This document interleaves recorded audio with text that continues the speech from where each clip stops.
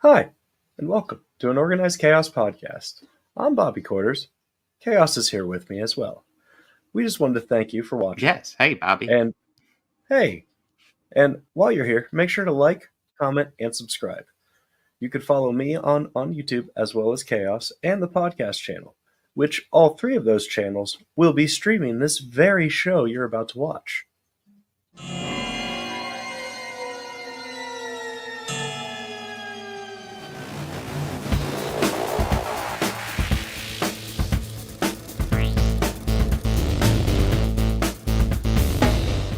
All these counselors start dropping dead, left and right.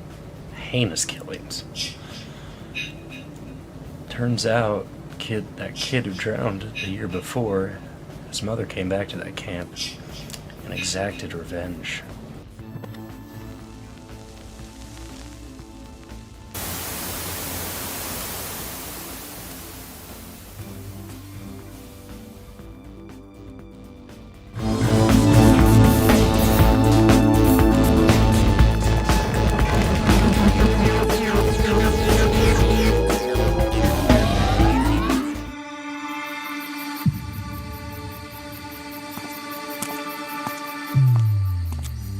Tonight, we have a special guest. He claims that he is the only person on Earth who can scientifically prove that there is no such thing as the supernatural.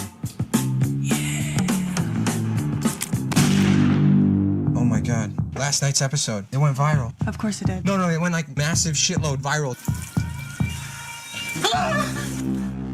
Your existence beyond your existence is like insanely epic, man. So if you could just appear on my show, fuck yeah. You ever walked through a wall that you weren't supposed to? You know, walked in on something kinky?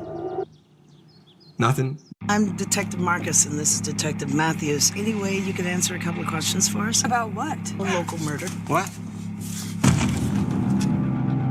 A real ghost is Jasper's new co-host. Are you cheating on me? This is our special thing. My ghost, Duncan, has proven himself time and time again.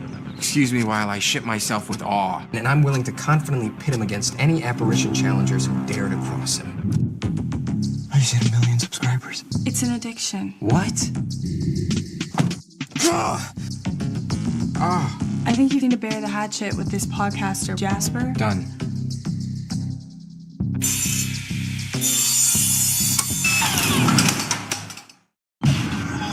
What the fuck?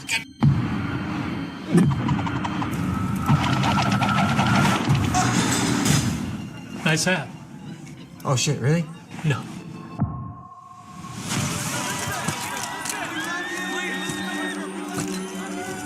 People always ask for something new.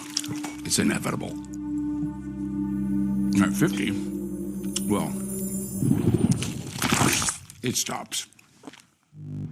Have you ever dreamt of a better version of yourself? Younger, more beautiful, more perfect.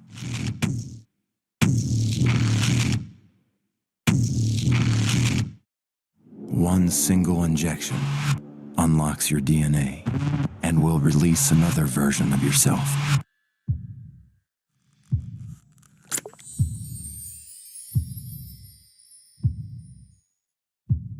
This is the substance. I'm Sue. You're hired. Let's go. A perfect balance of 7 days each. The one and only thing not to forget. You are one. You can't escape from yourself. There's been a slight misuse of the substance.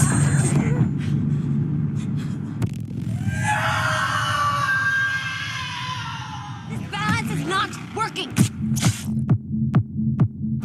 Would you like to stop? Would you like to stop? Would you like to stop? Would you like to stop? I'm fine. Everything's fine. You have to Cut! Grow yourself! Old, fat, disgusting!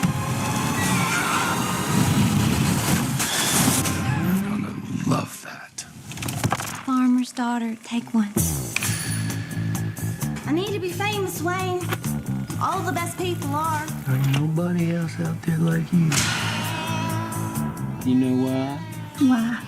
'Cause you got that X factor. Our days of struggling may soon be over. Hollywood, here we come. So this is it.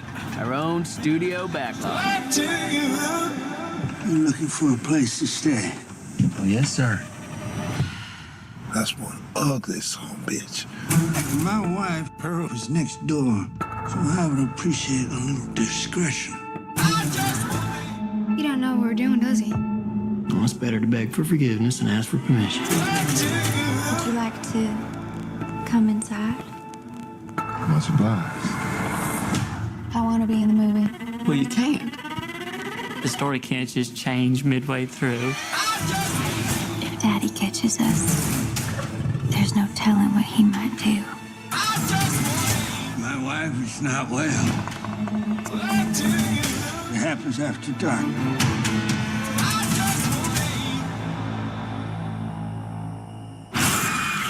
Maxine?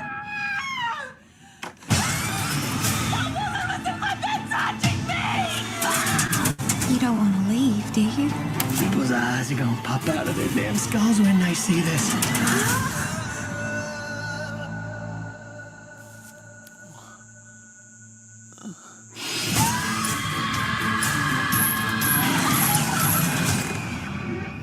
What? Are you all right? No. One of the boys found this inside. What do you think is on it?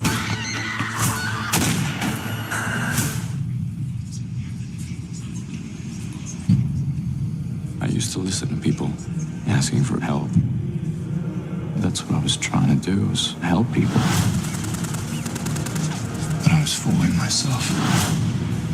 Darkness only responds to darkness.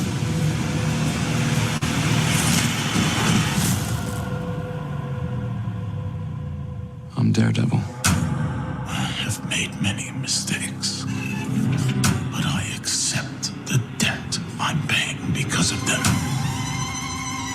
Prison has changed me. What is it you're saying? I want to make a deal.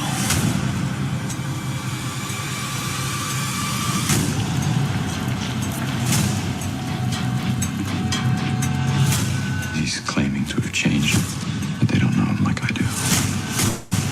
The last time that we spoke, you threatened to me. Something that I cannot forgive. I'll stop him for good this time. There's only one way to stop me, but you're not going to do it. Are you sure about that?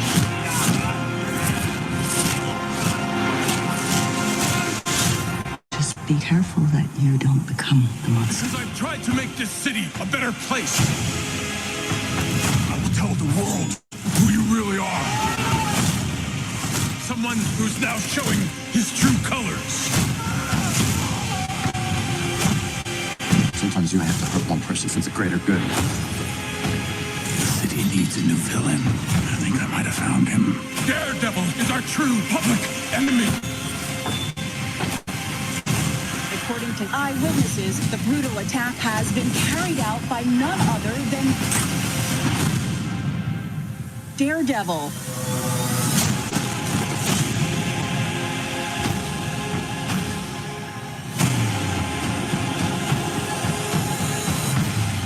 Who are you? I'm Daredevil.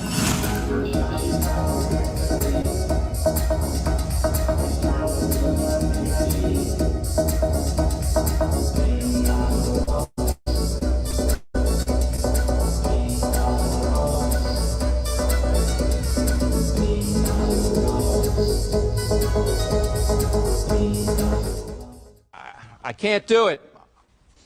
We'll do it live. Okay. We'll do it live. Fuck it. Do it live. I'll write it and we'll do it live. Fucking thing sucks. Yes, yes. Thank you, Bill. Thank you. Thank you. Valuable effort to Bill O'Reilly here to help. The fucking thing sucks. Hey, Bobby, can you bring this in? Hey, Can you bring the same energy as Bill O'Reilly? That'd be the fucking thing sucks. That's quite good. That was so good. That was so good. You lagged out there. We got it. Whoa. Well, you know what fucking thing doesn't suck? This show. Because guess what, guys? We once again are producing the best podcast episode you've ever seen in your life. Our constant ability to elevate is always present. Yes. Well, I mean, today's actually a little bit unique because, like, I guess HorrorHound would be the only thing I'd qualify as new. Everything else has been out for a little bit. Although I did want to cover X because the director of X was at HorrorHound. I guess I'll go ahead and open up with HorrorHound because Bobby didn't go this year, and I get it because it was frankly a smaller weekend. It was pretty much the Terrifier Fest, and that's just a hard no from me. I know. I was a little disappointed. So yeah, I asked like there were people I was interested in getting the autograph up, but nobody I was passionate about. So I literally let the audience choose, and the audience chose Henry Winkler. I haven't had a chance to share, but I got him there from his famous jumping the shark scene because I couldn't resist. It's like, oh yeah, he is the dude that literally jumped the shark. I have to get that. He is the reason we have that phrase. He was. Yes, he was literally the one. Like, Happy Days is the one show. Like, you could argue if jumping a shark's the real thing. I would argue it's not really. It just kind of depends because like writers can always get better if given more time. So I don't know if I would necessarily put too much stock in the actual expression of jumping the shark. But Happy Days is the one show where you can literally say, "Oh yeah, they jumped the shark in that show." They've literally done everything in that show. But yeah, that true. But Henry Winkler, I cannot stress enough, nicest guy on the planet. Quite possibly the nicest guy on the planet. He literally is Fonzie. HorrorHound doesn't have this as often. So like at Cincinnati Comic Expo, it's more likely to have a guest like take over and run their own panel. And HorrorHound, it's usually just more of just a question and answer. But, you know, there are exceptions. Jason Mewes was the first one I saw at the last one. But then Henry Winkler was another one. And he essentially just stood up on stage, told a funny little fantastic story about his life with the whole moral being everybody has something that they should share with the world and don't be afraid to share it, which was a really nice little message, I thought. And then he took questions and answers. But yeah, just the nicest guy. I can't think of a better word to describe Henry Winkler. But the actual HorrorHound, I went to a few panels. I saw Henry Winkler. Went to the Ty West one, which is why we saw X. It's got me really interested in Pearl, even though we'll get to my thoughts on X shortly, because it didn't blow me away. I'll say that. I don't want to give too much away. But and then we also went to the Evil Dead, and it was the Evil Dead reboot panel. But it was the Evil Dead reboot panel, and honestly, it makes me kind of want to rewatch that because I remember that being totally decent. I only saw it once though. I mean, it doesn't have Bruce Campbell, but as I recall, I went into it like, yes, it does. Oh God, this doesn't. It absolutely does. It absolutely does, and that's a lie. It absolutely does have Bruce Campbell. It doesn't. It doesn't. Okay, it doesn't have Bruce Campbell until the post credits. Still in the movie. He's still in the movie. Okay, you got me there. You got me there. As I've said before, man, don't fuck with me in horror. Decent, so it kind of made me want to rewatch that.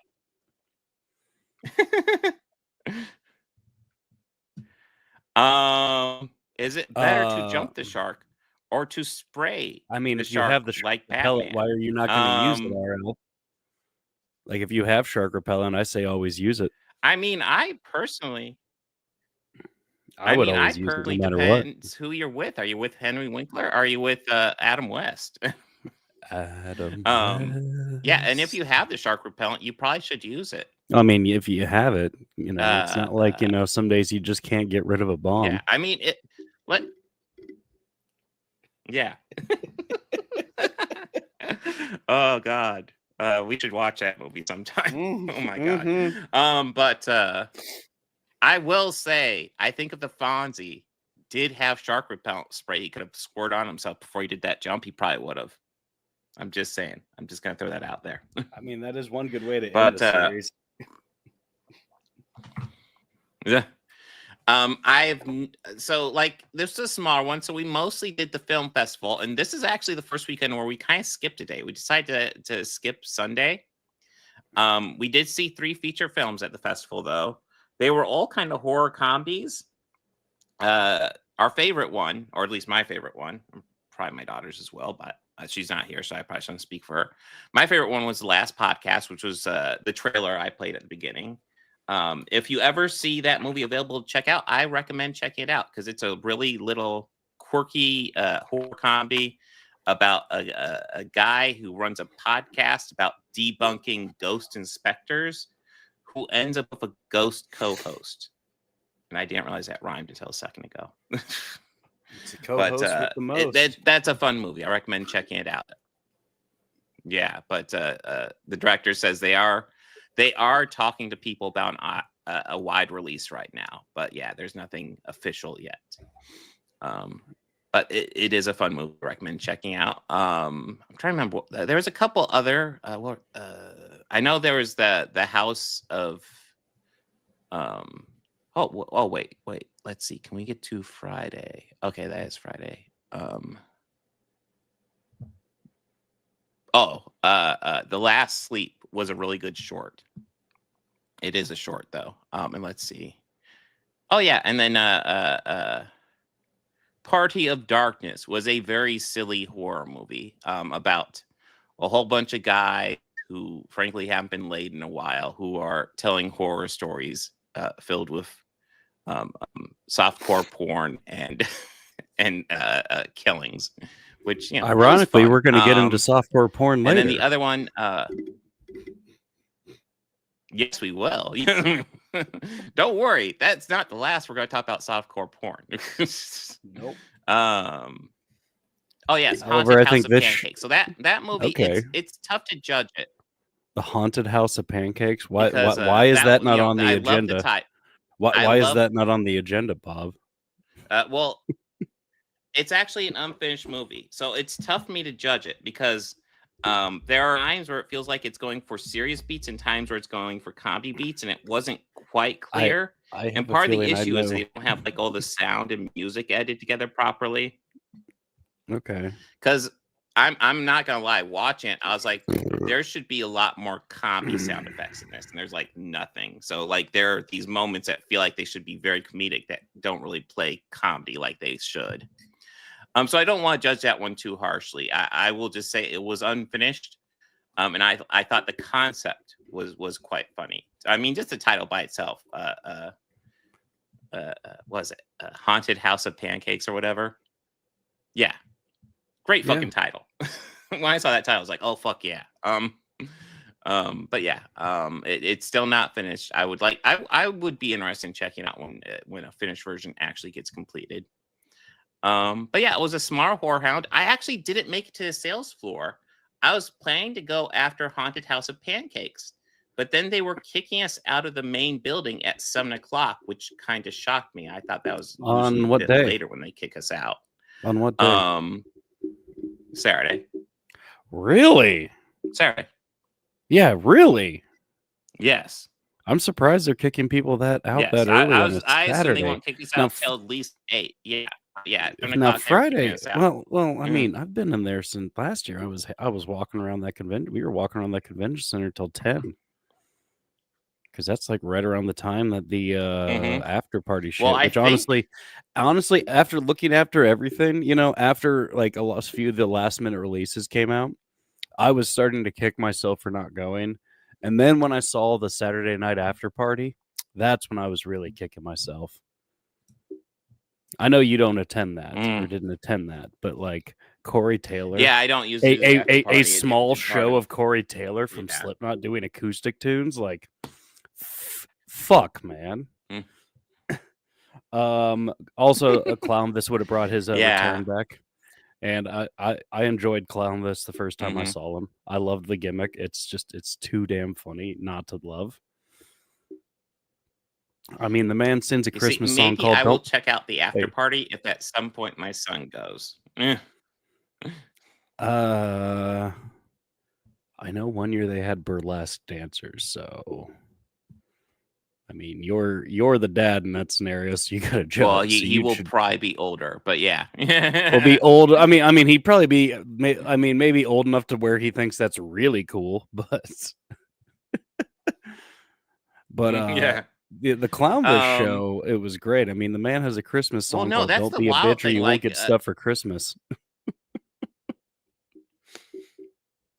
well, I mean that my daughter, it's weird. My daughter goes with me to these shows, but she's like 17 in like 3 weeks, and it's like, holy shit, where does the Holy time go? shit, You remember when she was a little baby? Yes, I do. Yes, I do. I remember that's the first time I met her when she was in a stroller. No, And she's not a little baby anymore. no, and she Yeah. was in a stroller, and Yes. she had like those big eyes to the world for everything. And then like I meet her years later, Mhm. and it's like Well, she still has those big eyes to the world, but well, yeah. yeah, but like she's still like, and now she's like almost a full grown adult. It's kind of crazy to think about. Mhm. I can only imagine how crazy it is from your Yeah. perspective. Yeah, because I still feel like the dumb kid who who was just a first time father, didn't know what I was diving into. I still am that freaking kid. Still trying to But figure out the dad yeah, thing. it was a slower horror hound, but it was still fun. I still had a good time. Well, that's good though. And I'm interested kind of to see what happens next month, since lots of people are noting this is a slower one, and lots of people think maybe they're building up to do a big one for the 20th, which will be this fall. It is their which 20th. is certainly possible. Yeah, I might actually splurge for Yeah. VIP for that one. Yeah. So since they're so great at getting back oh, about yeah, press releases, so fucking great about that. Honestly, that kind of also helped make my decision for this run, since I didn't get any response back and just the runaround when I was asking about it when I was there. So yeah, just all right, whatever. Take my fucking money. Well, yeah. So, yeah. So this was I was actually kind of shocked because I wasn't expecting this, but they actually gave me the full-fledged laminate this time around. Man, I was fuck like, you. holy shit, you guys have Fuck actually you. laminates. Fuck you. Hey, next time we want to sneak in, we can have a laminate. Well, yeah. But yeah, I was getting sick of them always having the wristband. It was funny because like, yeah, they gave me the laminate and they're like, okay, get in line. I went to get in line and they were letting the VIPs in, and they're like, okay, you VIP, and I was like, no, I'm pressed, and they're like, cut the line, go immediately to the front. I was like, oh, nice. So yeah, yeah, that's I as somebody told me last year, or my first year going, because I didn't get a press pass, or I didn't get a press pass or anything that year. But one volunteer he pointed at my camera. It's like, that's your press pass right there, dude. Like, they didn't give you one? Okay, well, that's your press pass Yeah, right there. You yeah. have a camera. Yeah, that's your press pass. So fuck yeah. I know I'm a little salty that I didn't even get a direct answer about the press pass last time. That it kind of left a real sour taste in my mouth about it. Well, I will say with these conventions, it's either they tell you yes to my experience, or they don't tell you anything at all. And yeah, and so far I've had both of those experiences. And like yeah, nothing at all. Well, I see your name here that you sent an email. Yeah. And oh, well, I don't that's see not you on the press list. Well, am I on the rejection list? Well, let me no, you're not. Cool. So you can't tell me anything. Yeah, you can't do anything for me. Yeah. But yes, I in reality, That's of not all of remotely it's just helpful. like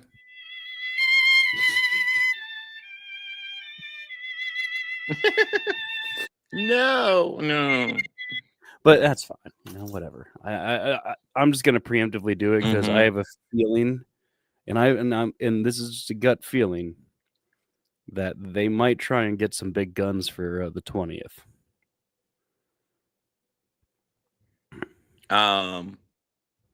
I'd be excited for that, and I will be happy to admit probably my number one that they might get would probably be Bruce Campbell.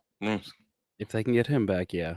If they can get like Nev Campbell, and like maybe Matthew Lillard and Ooh, Screed Nev Campbell Ulrich would be cool as well. yeah.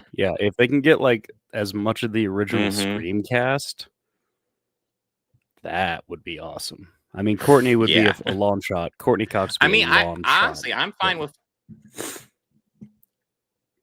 I'm fine with any Scream cast. I mean, obviously, if you get obviously the originals would be the GOAT, but I mean, I'm also down for Melissa Barrera, Hayden Panettiere, whoever. Miley Mackinson, who was supposed to be at this con, was she? Welcome to the third act. Miley Mackinson. It doesn't. Yeah, she was supposed to be because she canceled last fall. There was 2 Scream. Let me double check the guest list here, because there were 2. Well, there were 2 Scream actors there. No, it's not her. Or at least 2 at the panel. It's not her. It was Tony Revolari and Sonia Amir, which was quite an odd panel because it's 2 people who were victims in Scream movies, different Scream movies, and Tony Revolari is. There was an interesting dynamic with him because he is both a victim and a ghost face. But yeah, he exists for like 10 minutes in Scream 6. But still, that was fun. But yeah, it was overall a fun con. But it was definitely just smarter than last time, which is nice. I mean, Henry Winkler Henry Winkler definitely had the biggest line that I saw there, and I was able to get through it in probably about 10 to 20 minutes. Now, was he in the main autograph hall or was he like in the vendor hall? Yes. He was the main. He was in the main one. I actually never made it to the vendor hall. Like I said, I meant to, but they closed early on Saturday, and then we didn't go on Sunday.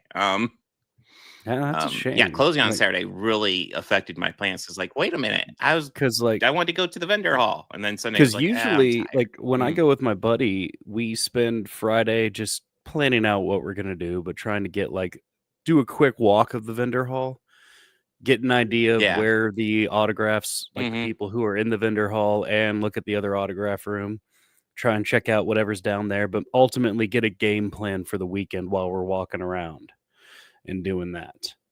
And we also try and get some autographs done right away. Saturday by Saturday we have a game plan, but we do half the day looking at the vendor stuff, the other half of the day looking at or doing panels and doing the film festival. Sunday we just do the vendor hall because I'm not saying every vendor will do this, but some will give you some discount rates and some good deals if you buy a bunch of stuff. That's how I was able to get a good deal on a lot of the pins that I bought. But I did pay full price for the Chop Top one. I paid full price and I paid full price for the con exclusive with the Nightmare on Elm Street Dream Warriors one. Nice. I will say, if you've never done a con before and you're planning to get autographs, you're going to want to do that autograph either on Friday or Sunday. Yeah. Saturday's the big day. So if the person you want to get the autograph from is there Friday or Sunday, get it then. And I almost frequently recommend Friday just to get it over with. But yeah, Saturday is going to be a zoo because the lines will be super long for it, and always get the protective case for it. You won't regret it. They usually have a booth there for all sizes. Well, I mean, they have a booth there. I didn't get my protective case because they have these nice frames at work and they're just out right now. I'm just waiting for them to restock and I'll get some for that. But yeah, the protective things are nice there. But yes, but had a good time. That's good. Now, That's it's my good. understanding we also talk about like movies on this podcast, do we? Sometimes we also talk about music. I Or went to just go see some HorrorHound? music I on get Friday confused. night Okay. or Saturday night. Ooh, That was who'd you pretty see? fun. Two local bands of Columbus. One called Subterranean. They're out of Dayton, Ohio, kind of near your neck of the woods.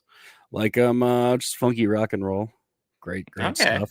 Their keyboardist is not Mhm. only their keyboardist, but he's also their saxophone player.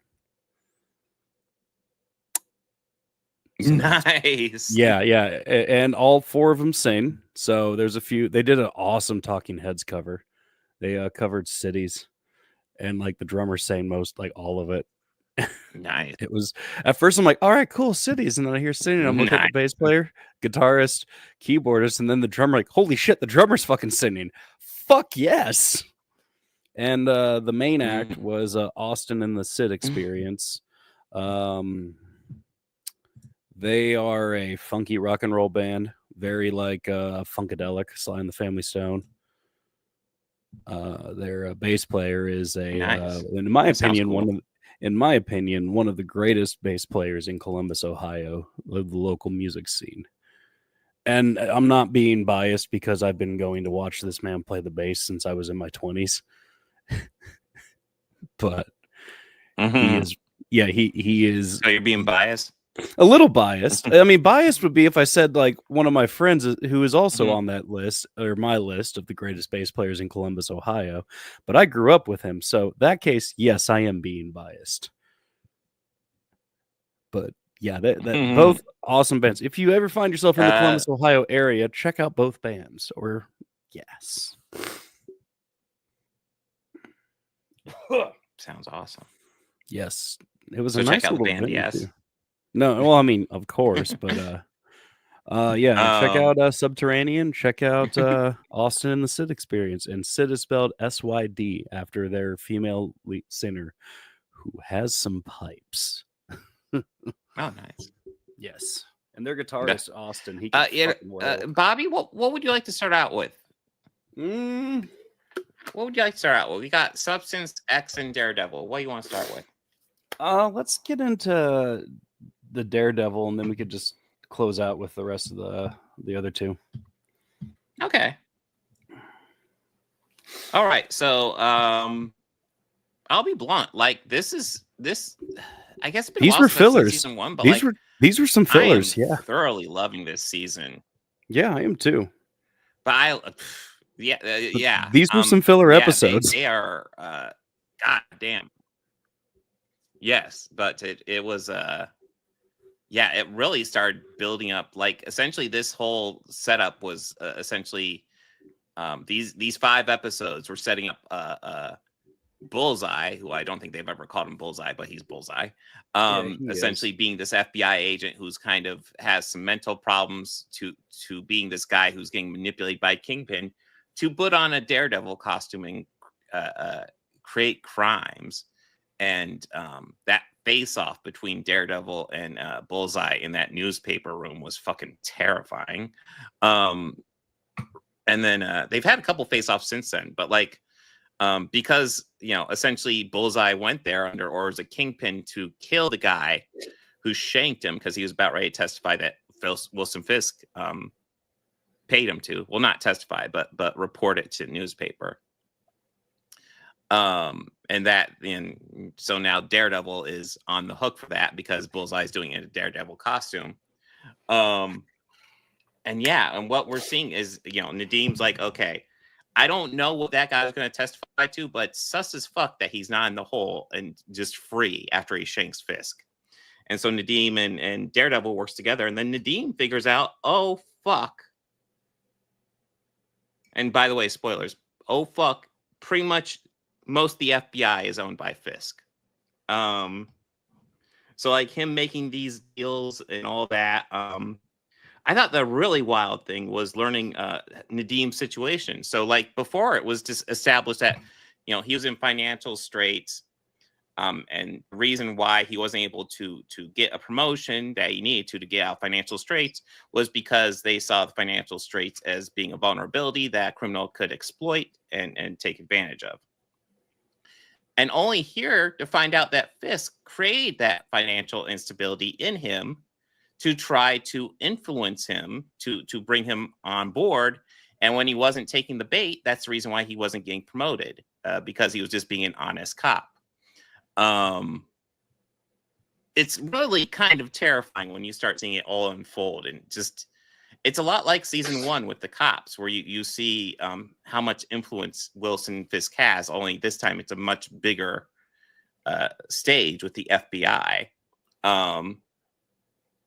And I'm kind of really interested to see what the fuck happens. But yeah, I am thoroughly enjoying this season. Definitely better than season 2. Maybe I have to rewatch season 1, but like, maybe this is my favorite season so far. We'll have to see how it wraps up. I'm thoroughly enjoying it. Bobby, where are you at?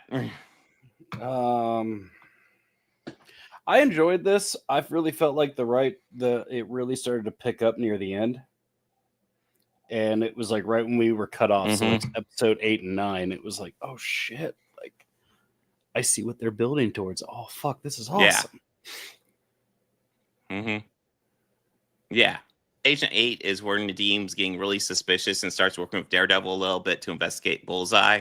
Then Agent 9 is where Nadim essentially gets blackmailed and owned by Fisk, which is, again, wild. Yeah, Fisk is once again just showing his incredible like influence in the city. That he is, I mean, there's a reason why he's a fucking threat. Oh yeah, we haven't even brought up the fact that right now Foggy is running for mayor, and his big thing is running the district attorney a campaign DA. that's tough on Fisk. No, he's not running for mayor. He's running for DA. Oh, that's right, it's DA. It's not mayor, it's DA. DA. Yeah, you're right, it's DA. But he's running a campaign about being tough on Fisk, and he's already getting his friends coming to him saying, "Hey, Fisk guys came and threatened me. We need you." Jesus fucking Christ. Yeah, I'm really enjoying the just how they're setting up Fisk again as like this big villain. I want to see how this season wraps up. I really like what they're doing with Bullseye, because like when they talked about having Bullseye, I'll be honest, I've always enjoyed Colin Farrell just chewing scenery with that role, but I like how they're doing a bit more like realistic. Like an actual Bullseye with actual issues. I really like how they're handling that character. Well, I mean, maybe that was also Colin Farrell chewing scenery would not fit in this series. Well, I mean, yeah, but maybe this is Colin Farrell after after he's eaten all of the therapy tapes. Sure.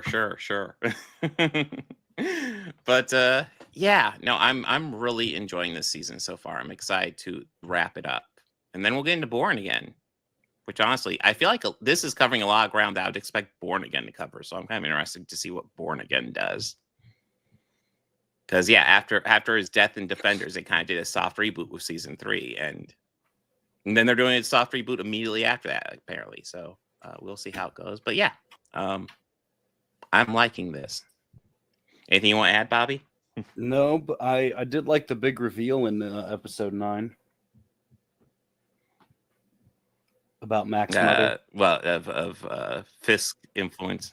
Yeah. No. Of who Mac's mother is. We didn't get Matt's mother because. Yeah, Matt's mother. I like how they're handling that, because I get why Matt's upset that she didn't tell him, but also people aren't perfect, and like even though she should have told him, like I sympathize with her, so. Yeah, it's a situation. And I do like how like she's trying to be there for him now, even though he doesn't appreciate that because she was hiding the fact that she was his mother. But yeah, I really like how they're handling that. Yeah, for sure. Anything else you want to say, or should we go on to the next one? All right. Well, what are you up for next? We got Substance next left. Let's talk about the Substance. Since that's still the freshest in my mind. All right. So the Substance Yeah. The Substance is Somebody really had a hard on for a movie Cronenberg. about. Well, true, but it is And a movie did a about piss. like beauty Okay. standards. And Yes, it is. Yes. At its core, that is exactly what this movie is. And they did a very great job of depicting that and showing that. And I have no issue with how they presented that aspect of the story at all. I actually enjoyed Dennis Quaid in this very much. Oh, he is such a piece of shit. But yes, he is such a he smarmy probably piece didn't of have to act shit. for this one. No, he didn't. He didn't. Yeah. I mean, he is kind of a scumbag. And, but I mean, like, I think if we're gonna compare who's the bigger scumbag, him or his brother, I think Randy wins that argument every single time. I would agree. Randy is, oh my god. But a little bit of trivia. It was that Ray Liotta actually signed on for that role like shortly before he died. So I think it's kind of interesting to think about that role of Ray Liotta. I picture I mean, he could kind of carry that role. Absolutely. I think the same level that he was in Cocaine Bear. Or yes, absolutely. but with like the bastardness of how he was in Red Dragon. But both of that 211. Yeah, this movie, it reminded me of other movies more while watching it, which is why I think I really didn't care for it. I mean, I definitely see the Cronenberg stuff. And not only that, there's parts of this. There's parts of this where I was hold on. Let me finish my point. Let me finish. And it also reminded me a lot of Requiem for a Dream. Requiem for a Dream too.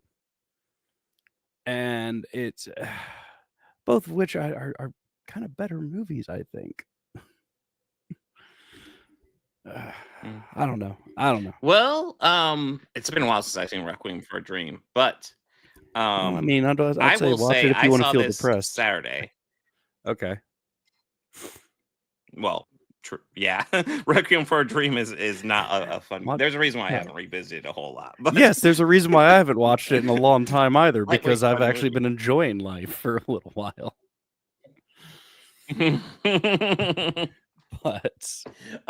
yeah, I like this movie, and I will say one thing that struck me, like I watched this and it was like that. Like when I first watched this on Saturday, I was like, that was definitely a fucking movie. But kind of the time I've had to digest it has really kind of made me appreciate it more. Because I like what they're doing. I like the message. I like just the idea that, like we have Demi Moore here, who is fucking stunning.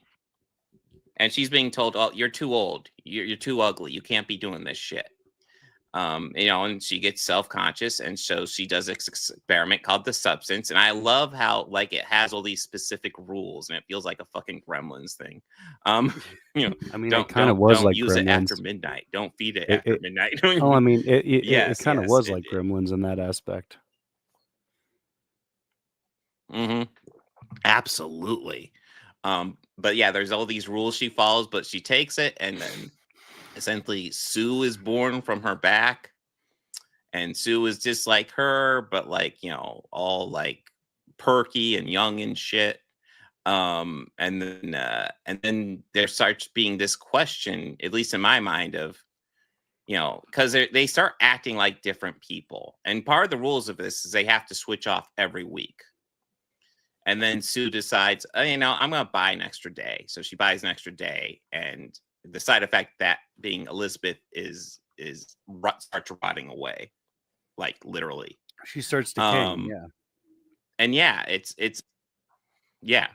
and it's essentially just about how pursuing this perfect beauty standard is just an impossible standard. Because fun fact, towards the end of this movie, even Sue starts going for, I need to be a better version.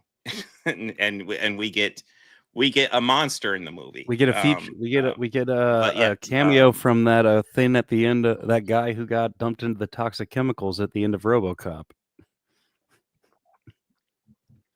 Yes, yes, we Like do. I said, this movie reminded me of a lot of other better movies. But yeah, you see, I like actually this movie. I and enjoyed that and sequence. maybe I it's just did. because it sat with me for a little bit. Yeah. Yeah. Well, I I enjoyed all love that. how I love the premise of just taking just how we set these impossible beauty standards just set especially for women and turning it into a body horror movie. I love that concept. I think this does a decent job with it. Like you said, it reminded me of movies too, but I was cool with it. Reminded me of Reanimator at first. But yeah, there's oh god, yeah, that green liquid, very Reanimator-ish. They had to choose that color off Reanimator. Absolutely. Well, I know. had I to. mean, I was watching it and I first saw it. I was like, "Don't fucking put that in, you happened to me. The fuck are you doing?" Yeah. I've seen Jeffrey Combs movies. I know that's a bad idea. I know what the hell that is. No, I've seen Reanimator and yeah, Bride. that's your Reanimator. thing. No.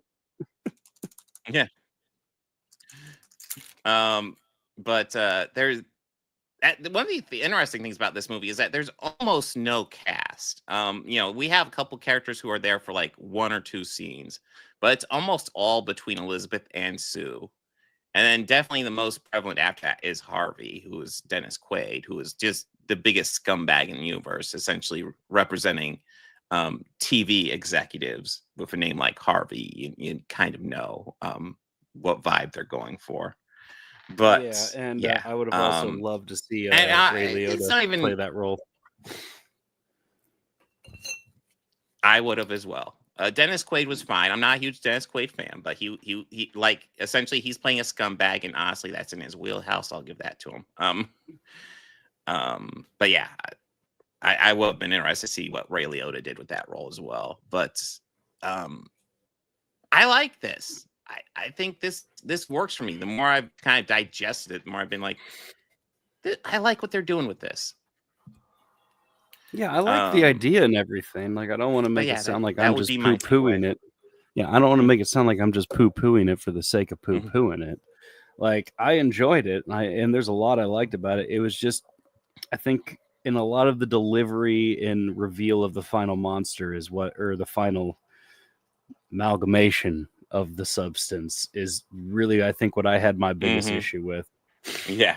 Like, it first coming out of the bathroom like that, and it's like just like using that music to purposely put you on edge and everything, and it's just, I get it, and I think it's an overdone trope in horror at this point, so it's just kind of god damn it, just quit dragging your feet, let's get to this reveal. This trope is boring already. Yeah. With how you've been doing it all, beautiful at the end. She was beautiful. I did laugh a little bit too hard when she had the fake photo ripped off of Demi walking in. Yes, that was fucking photo. hilarious. Oh my god, that was hilarious. Oh my god, yes, that was just like, oh man, we're really. I don't think that's gonna sell, but good on you. I mean, at that point of it, I was like, okay, it's like, are we now trying to go comedic with this? Because we haven't been that way the entire film. I would definitely say it was definitely going for a little comedy with that one. But I still liked it. Like I said, this works for me. I like the idea. I think it works. Yeah. Yeah, I liked it better. I just like, they definitely paid homage to a lot of different things in horror. For me, I just kind of felt like that aspect of it was they leaned in a little too hard for that, almost to the point where it was kind of annoying me at that near the end. I just kind of wanted it to do its own thing since they had its own idea. Yeah. And I do love the idea. And like pretty much every time we disagree, my stance is I disagree, but I see where you're coming from, because there's lots of homages. No, like our disagreements are always usually end with you going, "Well, that is a very valid criticism." Like, yes. Yeah, like if you want valid criticisms, watch this podcast. and hear them. Like, we never disagree. It's always, well, that's a valid criticism, and I understand where you're coming from with it. Yeah, but yeah, just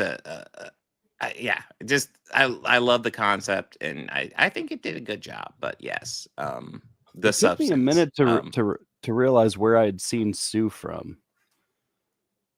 Oh, have you seen her from something else? Because I Yeah. don't think I have. Once Upon a Time in Hollywood. Oh, was she? She plays Pussycat, the one who Brad Pitt picks up. Okay. Yeah. Yeah, Once Upon a Time in Hollywood, top credit. Okay. Yeah, that's a significant role too. Anything you want to add for The Substance, or should we go on to X? Let's get on to X. I know why you wanted to watch this Okay. one. You So- naughty boy. You I naughty honestly boy. didn't know it was about them making a porn, but I'm not against it. It is in the damn no. I want you to read that little paragraph underneath the photos on IMDb for me, please. Ooh, okay. In 1972, a group of young filmmakers set out to make an adult film. Stop. Okay. Stop. Bobby, you're asking what? that I read stuff beforehand? You're asking that. You're the organized one here, man. I just try to make sense. I'm the chaotic one. Holy shit! What? Yeah, full stop. What type of a movie do you think they're fucking making by an adult film? Obviously, just like an R-rated drama. Obviously, Not a that's all fucking they're Disney making. princess movie. You dirty mind. You dirty. It's not an animated movie where the courageous cat with the snooty voice and the celebrity dog.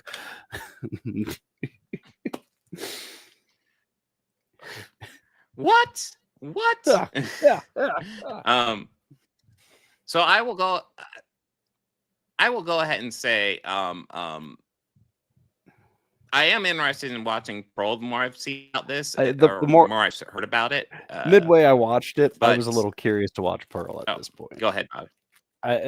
Midway through this, I was a little Yeah, curious because I to think watch it Pearl. does. Because I think Well, Pearl I is. will say during the Ty West panel, he essentially Pearl is higher rated on most stuff. So largely people prefer Pearl. It seems like, and also Ty West was talking about it, and it made me really interested because essentially he was talking about how he was shooting that as a Disney movie, and I'm like,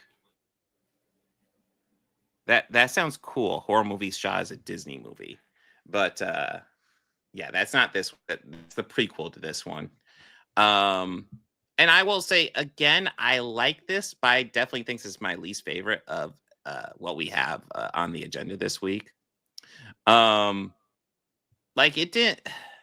I like this, but didn't blow me away. In fact, I would say what I appreciate the most about this movie is kind of how it plays with kind of the horror tropes a bit, because essentially the horror trope is the classic horror trope, any character who has sex is gonna die. And this one kind of, it doesn't 100% follow that, because this one it's more about how we have these insane older people who are leasing the house to this group making a porno. And especially the wife, Pearl, who's played by Mia Goth as well, really hard up for sex to the point where they start killing people. And part of it is, we are on their TV all this religious stuff talking about the sin of sex and stuff like that. So this is kind of, they're getting killed less so because of sex, but because of conservative propaganda being propped through these old people's heads about the evils of sex. So I kind of appreciate them playing with the tropes a bit. And the overall movie, I think, was fine, but I will say this movie didn't blow my mind or anything.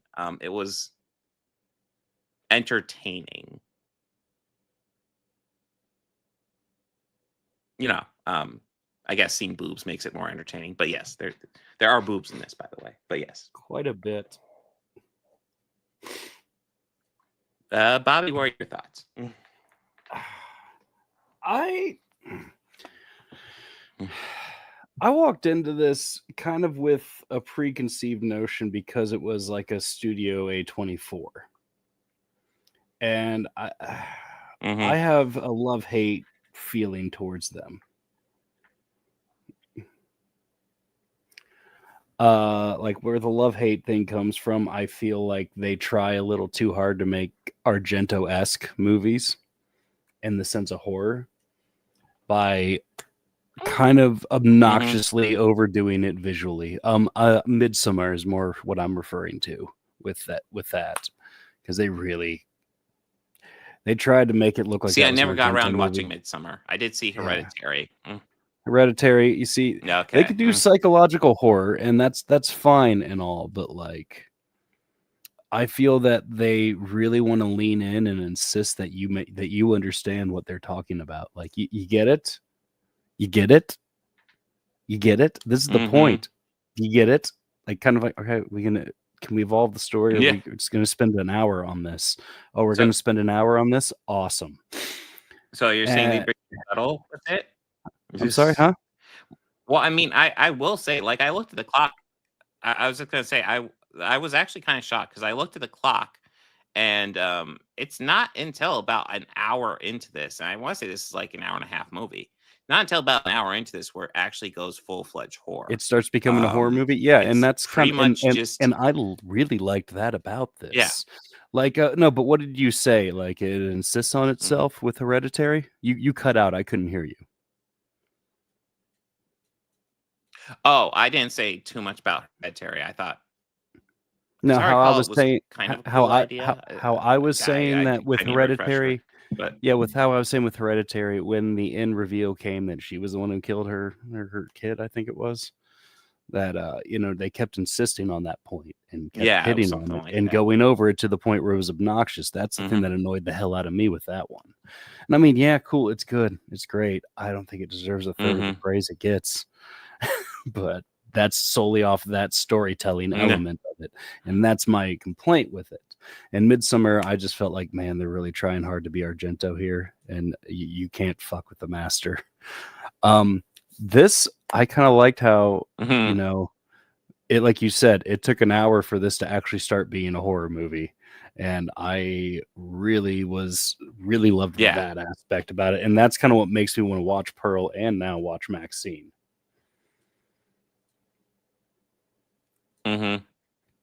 Yeah, the prequel and the sequel. And like I said, Pearl is the one that's got the really good reviews. So I'm kind of really interested to see what they do with that. So that might get added to the agenda. But yeah, like I said, I like this. I'm not thrilled with it though. It's like a decent little horror movie. But yeah, and during the first hour, it's not like they don't do anything. During the first hour, it does do lots of setup. So essentially, I want to say almost all the kills that happen later are all set up earlier in that first hour, which is always a nice touch, in my opinion. Essentially, the first hour is them making a softcore porn movie, or actually, they're making a hardcore porn movie that translates into a softcore porn movie when you're watching it. But while you have these old people acting creepy around them, that's pretty much the whole movie for a nice chunk of it. There's not much else to it. And then it goes full-fledged horror. And yeah, like I said, I think it's decent, but like it didn't. I guess you can't really see me because I'm having low internet issues right now, but I'm shrugging my shoulders. Like, I liked it, but it's not mind-blowing. It's decent. If you haven't seen this yet, this isn't like the grand horror movie that you're missing, but it's decent. I don't regret watching it. I don't know if I'll ever watch it again, but I don't regret checking it out. Yeah, I don't have too much to say about it. I thought this was fine. Bobby? I liked the cast. I thought the cast did really well. Mia Goth was great. I didn't Yes. even realize that she was Pearl. Oh, yeah. I didn't even realize that. Brittany Snow, who I Yeah. traditionally can't stand, I loved her in this. It's mostly she was in one of the she was in a horror she was in one of the horror remakes of one of my favorite 70s horror movies. So that's kind of where my resentment for her comes from. And it's one of the fucking worst ones of all time, dude. Yeah. Oh, which one was it? Prom Night. Okay. You know what? That's it. We'll do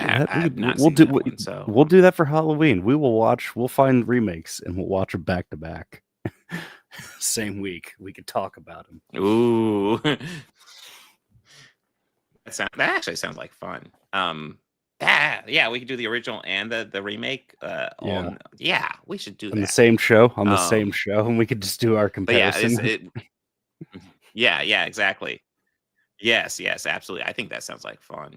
Because she was the lead in we have a very early performance by Jenna Ortega. But yeah, I did like all the main characters for the most part. I'm pretty sure this came out. Which most of them are. Yeah, this came out after the Scream movie. I want to say it did, maybe. Possibly, but was shot before. It was shot before. Like when he was shooting this, it was before Jenna Ortega was Jenna Ortega. Yeah. Mm-hmm. Let's see. When did that first Scream movie come out? 5 Cream. The same year. So when did 5 Cream come out? Yeah. Yeah. 5 Cream.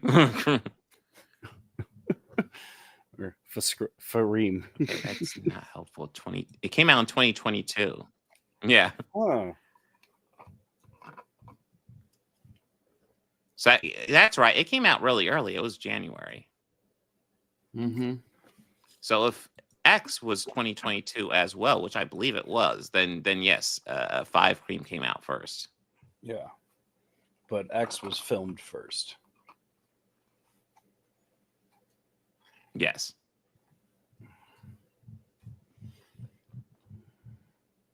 So I'm pretty much, although it wouldn't surprise me if there wasn't that much, if they were released fairly close to each other, because Pearl was released the same year. Yeah. The Ty West was talking about, essentially, they almost went to shooting Pearl immediately, which was very jarring for him. Okay, yeah, this came out in March of 2022. So, but yeah, again, I don't have anything to say. I really dislike this, but I'm not thrilled with it either. It's fine. Okay. So, were you happy at that payoff with the alligator? Because I was. Oh, of course. I was very happy. I knew they had to do something with the alligator. Come on. Now, I was very curious. They set up that alligator's okay, that alligator's got to come back. I knew Maxine would definitely be the final girl, but I for a while I was thinking, holy shit, is Jenna Ortega gonna make this? Is she gonna survive with her? And then Maxine just killed her. I was wondering that as well. And then we got our answer really quickly.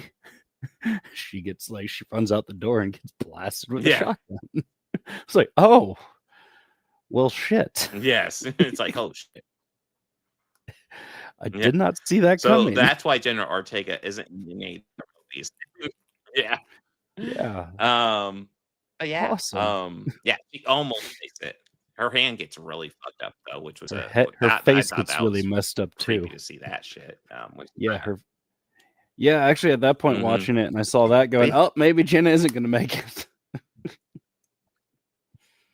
Yeah, when her hand first gets fucked up, it's that's not a good sign in a horror movie. Because it's costly to do those effects in future movies. You know that, right? And it's also 50-50, and it's 50-50 from here. Mm-hmm.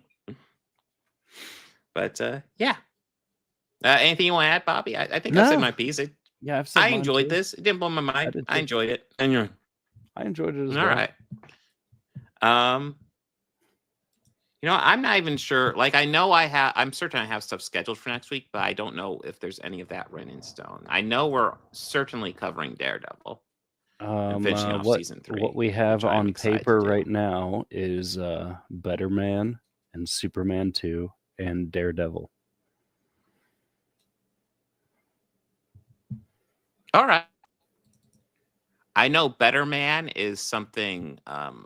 It's kind of up to you because I have Better Man and Nora as kind of like our brain farting, our catch up with the Academy Awards. So it's up to you. Do you want to do a Nora next week or Better Man? Let's say, let's do Better Man for next week. Okay. And then, yeah, if there's any other movies you're interested in, let me know, or just throw them into the podcast and we'll figure it out. You know where the web page is, So we got Better Man, Superman 2, and then the rest of Daredevil season 3. And then the week after that, we'll finally get started on Born Again. So that will be happening as well. But guys, make sure to hit that like button and subscribe. We got 3 channels going on here. Bobby's a little bit under the weather, which is why he's off camera. I was planning to be on camera, but my internet is really slow right now, so I'm off camera to help it. But yeah, make sure to like and subscribe to all 3 channels. We'll be live again next week.